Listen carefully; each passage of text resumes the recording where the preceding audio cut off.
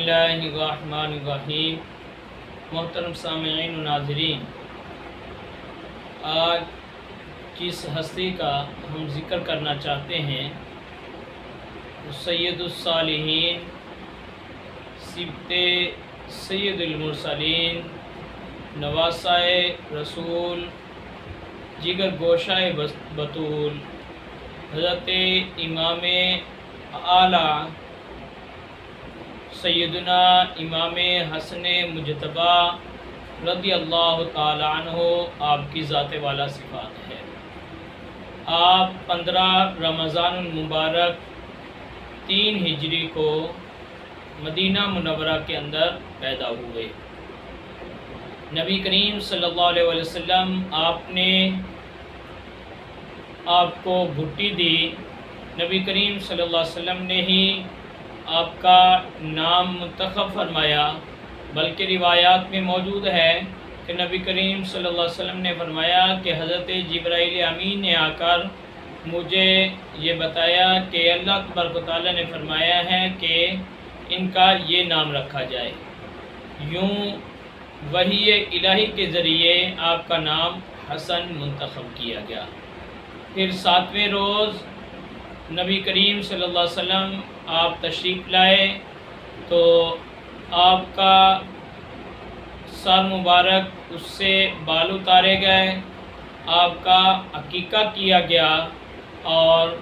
نبی کریم صلی اللہ علیہ وسلم آپ نے حکم دیا کہ ان بالوں کے برابر چاندی صدقہ کی جائے۔ تو حضرت امام حسن رضی اللہ تعالی عنہ نبی کریم صلی اللہ علیہ وسلم آپ کی آغوش کے اندر پرورش پائے۔ آپ کے فضائل و مناقب جو حضرت امام حسین کے ساتھ دونوں کے اکٹھے نبی کریم صلی اللہ علیہ وسلم نے بیان فرمائے، وہ بالکل مشہور ہیں کہ نبی کریم صلی اللہ علیہ وسلم نے فرمایا ان الحسن والحسین سیدا شباب اہل جنہ، کہ حسن اور حسین یہ دونوں جنتی نوجوانوں کے سردار ہیں۔ اسی طرح مختلف مقامات پر نبی کریم صلی اللہ علیہ وسلم نے ان کے بارے میں فرمایا کہ جس نے ان سے محبت کی اس نے مجھ سے محبت کی، جس نے ان سے بغض رکھا اس نے مجھ سے بغض رکھا۔ اور ایک مقام پہ یہ بھی موجود ہے، نبی کریم صلی اللہ علیہ وسلم نے اللہ تبارک و تعالیٰ کی بارگاہ کے اندر دعا کی کہ اللہ میں ان سے محبت کرتا ہوں، تو بھی ان سے محبت کر، اور جو ان سے محبت کرتا ہے تو اس سے بھی محبت کر۔ تو اس طرح کی روایات مختلف مقامات پر متعدد موجود ہیں۔ پھر ان شہزادوں کی آپس کے اندر مقابلہ، آپس کے اندر وہ بچپن کے واقعات وہ بھی کتب کے اندر مذکور ہیں کہ انہوں نے تختی لکھی، نبی کریم صلی اللہ علیہ وسلم کی بارگاہ کے اندر پیش کی۔ اسی طرح انہوں نے کشتی لڑی نبی کریم صلی اللہ علیہ وسلم کی بارگاہ کے اندر، تو نبی کریم صلی اللہ علیہ وسلم نے امام حسن سے فرمایا جلدی کرو، آگے بڑھو، اس طرح کے الفاظ سے ان کو داد دی، حوصلہ بڑھایا۔ تو حضرت سیدہ خاتون جنت فاطمہ الزہرا رضی اللہ تعالی عنہ آپ نے عرض کیا کہ یا رسول اللہ آپ حسن کو تو یہ فرما رہے ہیں، حسین کو نہیں فرما رہے۔ تو نبی کریم صلی اللہ علیہ وسلم نے فرمایا کہ حضرت جبرائیل امین حسین کا اس طرح حوصلہ بڑھا رہے ہیں، اس کے لیے وہ کہہ رہے ہیں، تو اس لیے حسن کے لیے میں نے کہا۔ تو بہرحال ان کے فضائل بے شک موجود ہیں، اور متعدد کتابوں کے اندر مختلف مقامات پر یہ مذکور ہیں۔ تو نبی کریم صلی اللہ علیہ وسلم آپ نے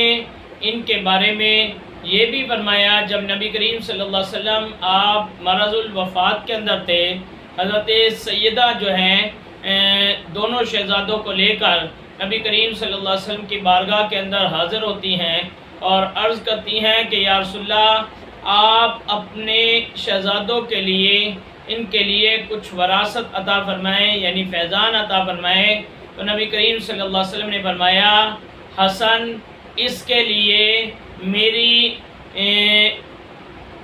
سرداری اور ہیبت ہے، اور حسین اس کے لیے میری جرأت اور سخاوت ہے۔ تو یقیناً نبی کریم صلی اللہ علیہ وسلم نے ان کو اپنے فیضان سے بھی حصہ عطا فرمایا ہے۔ اور نبی کریم صلی اللہ علیہ وسلم کے بعد حضرت علی المرتضیٰ شیر خدا رضی اللہ تعالیٰ عنہ آپ کی پرورش کے اندر رہے، آپ کے قرب میں رہے۔ تو حضرت امام حسن کے بارے میں یہ واقعہ منقول ہے کہ حضرت علی المرتضیٰ شیر خدا رضی اللہ تعالیٰ عنہ آپ کے پاس ایک شخص کو گرفتار کر کے لایا گیا کہ اس کو ایسے مقام سے گرفتار کیا گیا تھا کہ وہاں قریب میں ایک لاش موجود تھی، ایک شخص کو قتل کیا ہوا کسی نے وہاں چھوڑا تھا، اور یہ شخص اس کے کپڑوں پر خون بھی لگا ہوا تھا اور اس کے پاس چھری بھی موجود تھی۔ تو اس شخص کو وہاں سے پکڑا گیا لاش کو دیکھ کر کے، یہی گمان کر کے کہ یہی شخص قاتل ہو سکتا ہے، اور اس نے بھی جب دیکھا کہ کوئی اور میرے لیے گواہ کے طور پر نہیں تو اس نے اقرار کر لیا کہ میں نے قتل کیا ہے۔ تو اس پر اسے جو ہے سزا سنائی جانے لگی کہ قتل کا بدلہ قتل ہے۔ تو اتنے میں ایک شخص اور آگے بڑھتا ہے اور کہتا ہے کہ یہ قتل میں نے کیا ہے۔ اب قتل کا اقرار کرنے والے دو شخص ہو گئے۔ تو حضرت علی المرتضیٰ شیر خدا رضی اللہ تعالیٰ عنہ آپ نے دونوں سے پوچھا، دوسرے سے آپ نے پوچھا کہ کیا وجہ ہے؟ پہلے سے جب آپ نے پوچھا کہ کیا وجہ تو نے اقرار کر لیا ہے، اب تو نے قتل کیا تھا یا نہیں؟ وہ کہنے لگا کہ جب سارے شواہد میرے خلاف تھے، ساری چیزیں جو ایک صورتحال تھی کہ وہاں لاش بھی موجود ہے، میرے پاس قتل کرنے کے لیے چھری یا اس طرح کا ہتھیار بھی موجود ہیں، اور میرے کپڑوں پر خون بھی لگا ہوا ہے، کوئی اور شخص میرے سوائے دینے والا نہیں، تو میں نے سمجھا کہ اب اقرار ہی کر لوں، اس کے بغیر کوئی چارہ نہیں ہے۔ تو دوسرے سے پوچھا گیا تو اس نے کہا کہ حقیقت میں یہ مقتول کو قتل کرنے والا میں ہوں، میں وہاں سے گزر رہا تھا، راستے کے اندر اس کا مال بٹورنے کی لالچ میں نے اس پر حملہ کر دیا اور اس سے قتل کر دیا۔ اب اس کے بعد میں ایک طرف ہوا تو کچھ لوگ آئے تو میں نے اپنے آپ کو چھپایا، تو وہ لوگ آئے اور یہ شخص جو پہلے اقرار کر رہا تھا، اس نے قریب میں ایک بکری ذبح کی تھی، تو یہ شخص وہیں پہنچ آیا، تو اس شخص کو گرفتار کر کے لایا گیا۔ اب اس کے خلاف سارا جو ہے صورتحال اور گواہیاں اس کے خلاف بھی تھیں، تو اب جو ہے مجھے دل کے اندر یہ ہوا کہ یہ شخص ناجائز قتل نہ کیا جائے، اس وجہ سے میں نے اپنے گناہ کا اقرار آگے بڑھ کے کر لیا، اور جو قاتل ہوں اصل حقیقت میں ہوں۔ اب جو ہے حضرت علی المرتضیٰ شیر خدا رضی اللہ تعالیٰ عنہ آپ نے حضرت امام حسن ان سے پوچھا کہ آپ کا اس بارے میں کیا خیال ہے، اب دوسرے شخص کو سزا دینی چاہیے پہلے کو دینی چاہیے؟ تو آپ نے فرمایا کہ اصل قاتل تو دوسرا ہے، اب دوسرا شخص اس نے قتل کا اقرار کیا ہے، تو قتل کا اقرار اس نے کیا ہے اور ایک قتل اس نے کیا بھی ہے، تو ساتھ ساتھ اس نے ایک شخص کی جان بھی بچائی ہے، جو شخص اس کی جگہ پر قتل ہونے لگا تھا اس نے جان بھی بچائی ہے۔ تو اب یہ شخص ایک شخص کا قاتل ہے اور ایک کی جان بچانے والا ہے، اور اللہ تبارک و تعالیٰ نے قرآن مجید میں فرمایا وَمَنْ أَحْيَاهَا فَكَأَنَّمَا أَحْيَا النَّاسَ جَمِيعًا، جس نے ایک جان اس کو بچایا، اس کی زندگی بچائی، تو گویا کہ اس نے پوری انسانیت کی زندگی بچائی ہے۔ تو اب جو ہے اس کو اس لحاظ سے چھوڑ دینا چاہیے۔ تو حضرت علی المرتضیٰ شیر خدا رضی اللہ تعالیٰ عنہ آپ نے مقتول کے ورثاء جو ہیں ان کے مشورے سے، ان کے صلح سے آپ نے اس شخص کو چھوڑ دیا اور اس کا خون بہا مقتول کا وہ بیت المال سے ادا کر دیا۔ تو اب اس کے اندر حضرت امام اعلیٰ مقام حضرت امام حسن رضی اللہ تعالیٰ عنہ آپ کی جو ہے فضیلت بالکل واضح ہوتی ہے، آپ کی ذہانت، فیصلہ کرنے کا آپ کا جو ہے طریقہ، اس کے اندر آپ کی سمجھ، فراست، یہ بالکل واضح موجود ہے۔ حضرت علی المرتضیٰ شیر خدا رضی اللہ تعالیٰ عنہ آپ کی شہادت کے بعد 21 رمضان المبارک 40 ہجری کے اندر جب حضرت علی المرتضیٰ شیر خدا رضی اللہ تعالیٰ عنہ آپ کی شہادت ہوتی ہے تو اس کے بعد حضرت امام حسن مجتبی آپ جو ہے اہل کوفہ سے بیعت لیتے ہیں اور آپ خلیفہ بن جاتے ہیں۔ نبی کریم صلی اللہ علیہ وسلم کے حدیث پاک کی روشنی کے اندر کہ نبی کریم صلی اللہ علیہ وسلم کے بعد خلافت راشدہ جو نبوت کے طریق پر ہیں، نبی کریم صلی اللہ علیہ وسلم کے طریقے پر ہیں، وہ 40 سال ہوگی، جس پر سرکار نے نص فرمائی وہ 30 سال ہوگی۔ تو اب 30 سال پورے ہونے میں ابھی کچھ ماہ باقی تھے، تو حضرت حسن مجتبی آپ خلیفہ بنتے ہیں اور ربیع الاول سن 41 ہجری کے اندر وہ 30 سال کی خلافت پوری ہو جاتی ہے۔ تو اس پر جو ہے آپ یہ خلافت حضرت امیر معاویہ رضی اللہ تعالیٰ عنہ ان کے حوالے کر دیتے ہیں، اور یہ ذہن میں رکھیں کہ اس وقت حضرت امام حسن مجتبی آپ کے ہاتھ پر 40,000 لوگ بیعت کر چکے تھے۔ تو ایک لشکر جرار ہونے کے باوجود آپ نے یہ خلافت سپرد کر دی کہ آپ یہ چاہتے تھے، یہ سمجھتے تھے کہ میری وجہ سے امت مسلمہ کے اندر کچھ بھی خون نہیں بہنا چاہیے، میں خلافت جو ہے ان کے سپرد کر دیتا ہوں۔ آپ نے حضرت امیر معاویہ کے سپرد خلافت کر دی۔ اب جو ہے خلافت راشدہ آپ کی 6 ماہ کی تقریباً 6 ماہ کی خلافت کے ساتھ مکمل ہوتی ہے۔ تو آپ جو ہیں خلیفہ خامس ہیں، 5ویں خلیفہ ہیں خلفائے راشدین میں سے۔ بہرحال آپ جو ہے خلافت سپرد کر کے آپ کوفہ سے مدینہ تشریف لے جاتے ہیں، اور پھر جو ہے آپ ریاضت کے اندر عبادت کے اندر اپنی زندگی بسر کرتے ہیں۔ تو آپ نے جو معاہدہ کیا تھا اس معاہدہ کے تحت آپ کو حضرت امیر معاویہ کی طرف سے وظیفہ دیا جاتا تھا، سالانہ آپ کو وظیفہ پہنچتا تھا، اور آپ اس سے اللہ کے راستے کے اندر خرچ کیا کرتے تھے۔ آپ نے ایک مرتبہ ایک شخص کو دیکھا کہ وہ شخص مقروض ہے اور دعا مانگ رہا ہے اللہ تعالیٰ سے کہ میرے اوپر 10,000 درہم قرضہ ہے، اے اللہ کوئی سبب پیدا کر دے میں ادا کر لوں۔ جیسے ہی آپ نے اس کی دعا کو سنا تو آپ نے ایک آدمی کے ذریعے اس کو اتنی رقم بھیج دی اور یہ فرمایا کہ اپنے قرض کو وہ ادا کر لے۔ اسی طرح آپ کے بارگاہ کے اندر ایک شخص لکھا ہوا رکا لے کر آیا، اس نے عرضی پیش کرنی تھی، کوئی اس کو آپ سے امداد چاہیے تھی، وہ لکھا ہوا رکا لے کر آیا، آپ کی بارگاہ کے اندر پیش کیا تو آپ نے فوری جو ہے اپنے غلام کو حکم دیا کہ اس کی جو حاجت ہے اس کو پورا کر دیا جائے۔ آپ سے پوچھا گیا کہ آپ کو رکا دیا گیا، آپ اس کو تو پڑھ لیتے، تو آپ نے فرمایا کہ میں یہ پسند نہیں کرتا کہ وہ شخص اتنی دیر اپنی حاجت کے لیے میرے سامنے شرمندہ کھڑا رہے، لہذا جتنا جلدی ہو سکے اس کی حاجت کو پورا کر دیا جائے۔ اسی طرح حضرت امام غزالی احیاء العلوم کے اندر ایک واقعہ نقل کرتے ہیں کہ ایک شخص آپ کی بارگاہ کے اندر آیا تو آپ نے 50,000 درہم جو ہیں اسے دیے۔ اب 50,000 درہم اس کو اٹھانا مشکل ہو گئے، اس نے 2 افراد کی مدد سے، 2 مزدوروں کی مدد سے اس کو اٹھایا، تو آپ نے ان مزدوروں کی اجرت بھی خود ادا کی۔ تو آپ یقیناً اس طرح جو ہے اللہ کے راستے کے اندر خرچ کرنے والے تھے، اور یہاں تک بھی موجود ہے کہ آپ نے پیدل جو ہے 25 سفر کیے ہیں،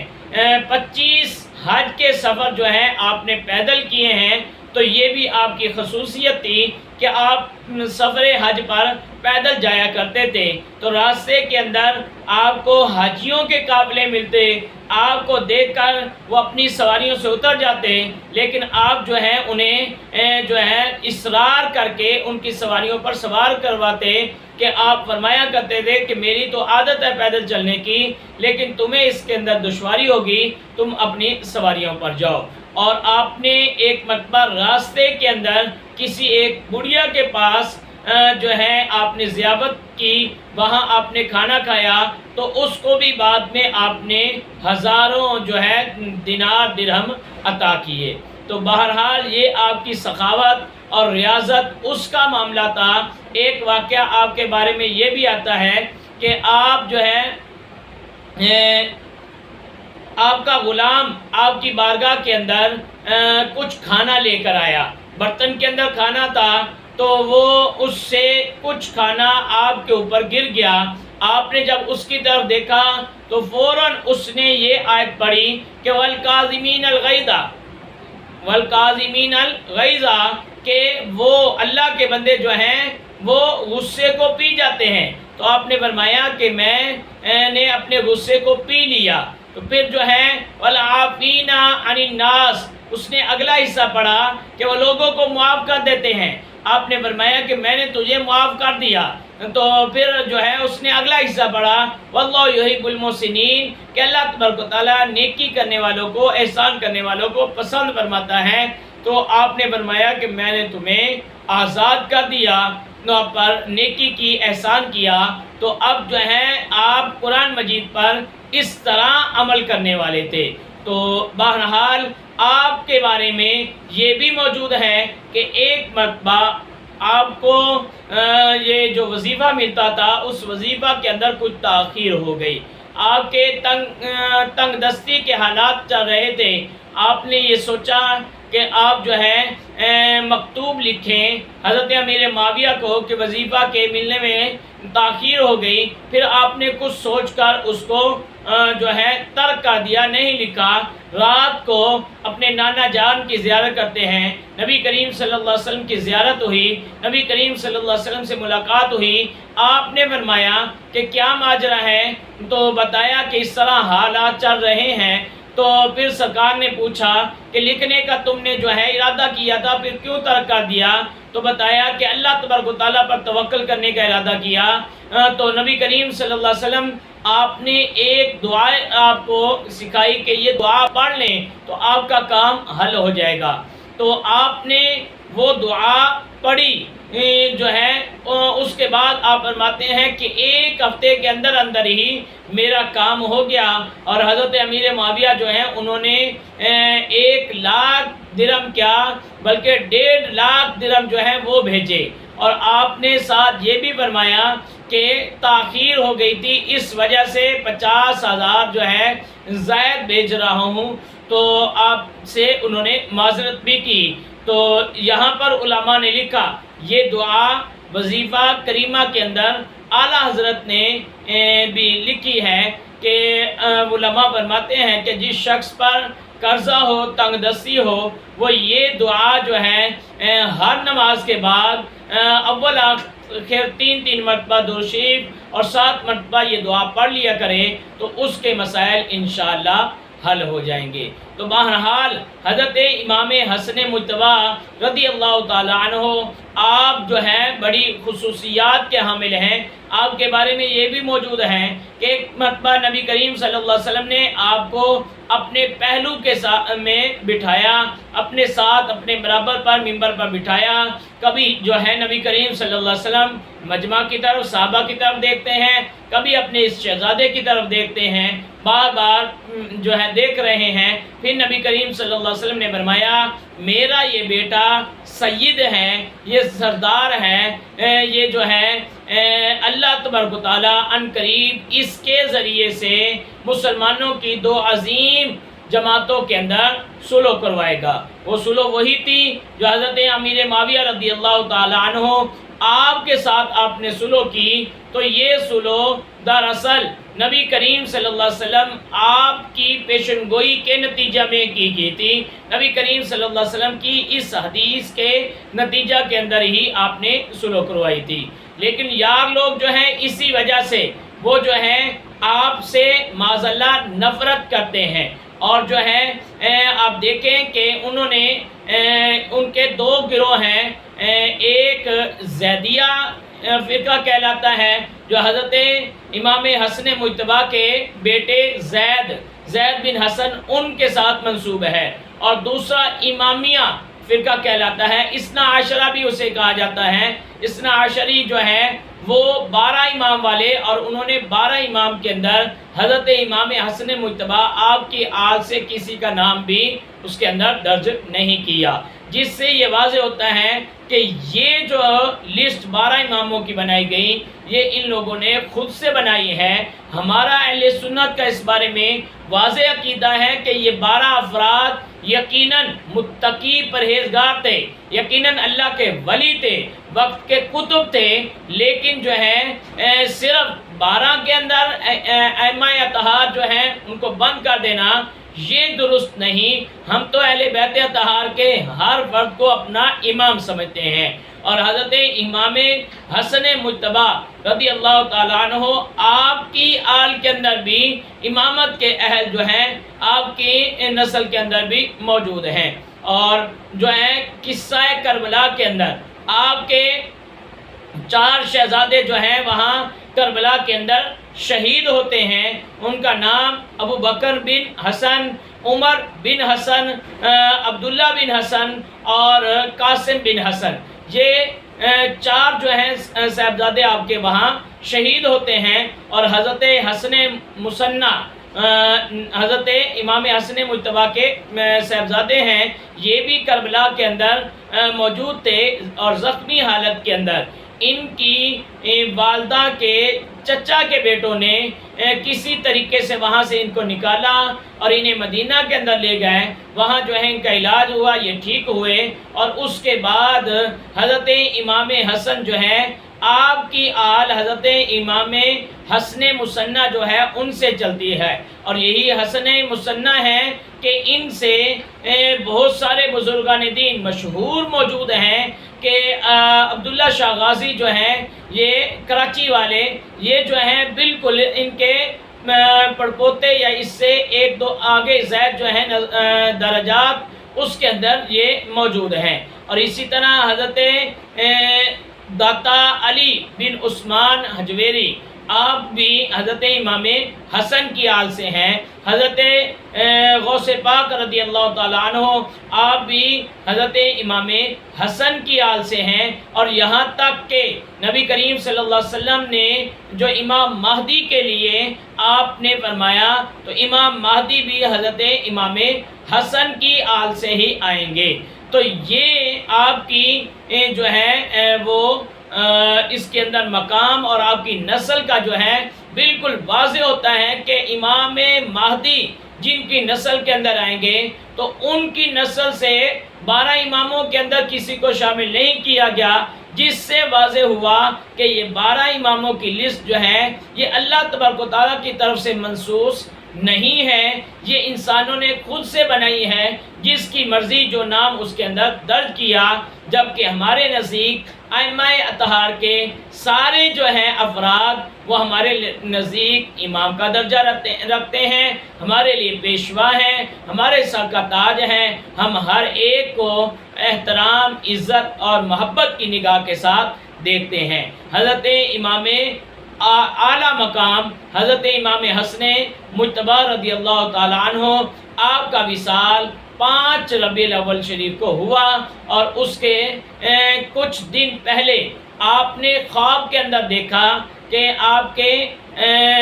یہ آپ کو علم ہوا کہ آپ کی پیشانی پر دونوں آنکھوں کے درمیان جو ہے قل هو اللہ احد لکھا ہوا ہے۔ آپ نے اپنے گھر والوں کو جب یہ خواب سنایا تو وہ تو اس پر خوش ہوئے، تو حضرت سعید بن مسیب رضی اللہ تعالیٰ عنہ جب ان کے سامنے یہ خواب بیان کیا گیا تو انہوں نے کہا کہ اگر تو واقعتاً یہ حضرت امام اعلیٰ مقام حضرت امام حسن نے دیکھا ہے تو پھر ان کی زندگی کے دن جو ہے بہت کم رہ چکے ہیں، چند دن جو ہے وہ ہمارے پاس ظاہری طور پر موجود ہیں۔ تو اسی طرح ہوا کہ آپ کو زہر دیا گیا، اور جس کی وجہ سے آپ کی آنتڑیاں کٹ کٹ کر جو ہے دستوں کے ذریعے خارج ہوتی تھی، تو بڑی نازک حالت تھی، بڑی شدت اور تکلیف کے اندر آپ موجود تھے۔ حضرت امام علی مقام حضرت امام حسین رضی اللہ تعالیٰ عنہ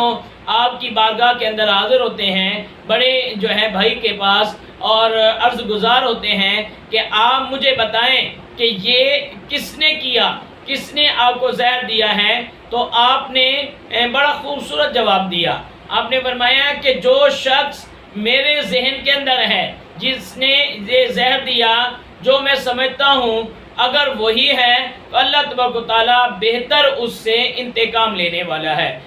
لیکن اگر اس کے علاوہ ہے تو خواہ مخواہ میں کسی پر الزام کیوں لگاؤں؟ تو بہرحال آپ جو ہے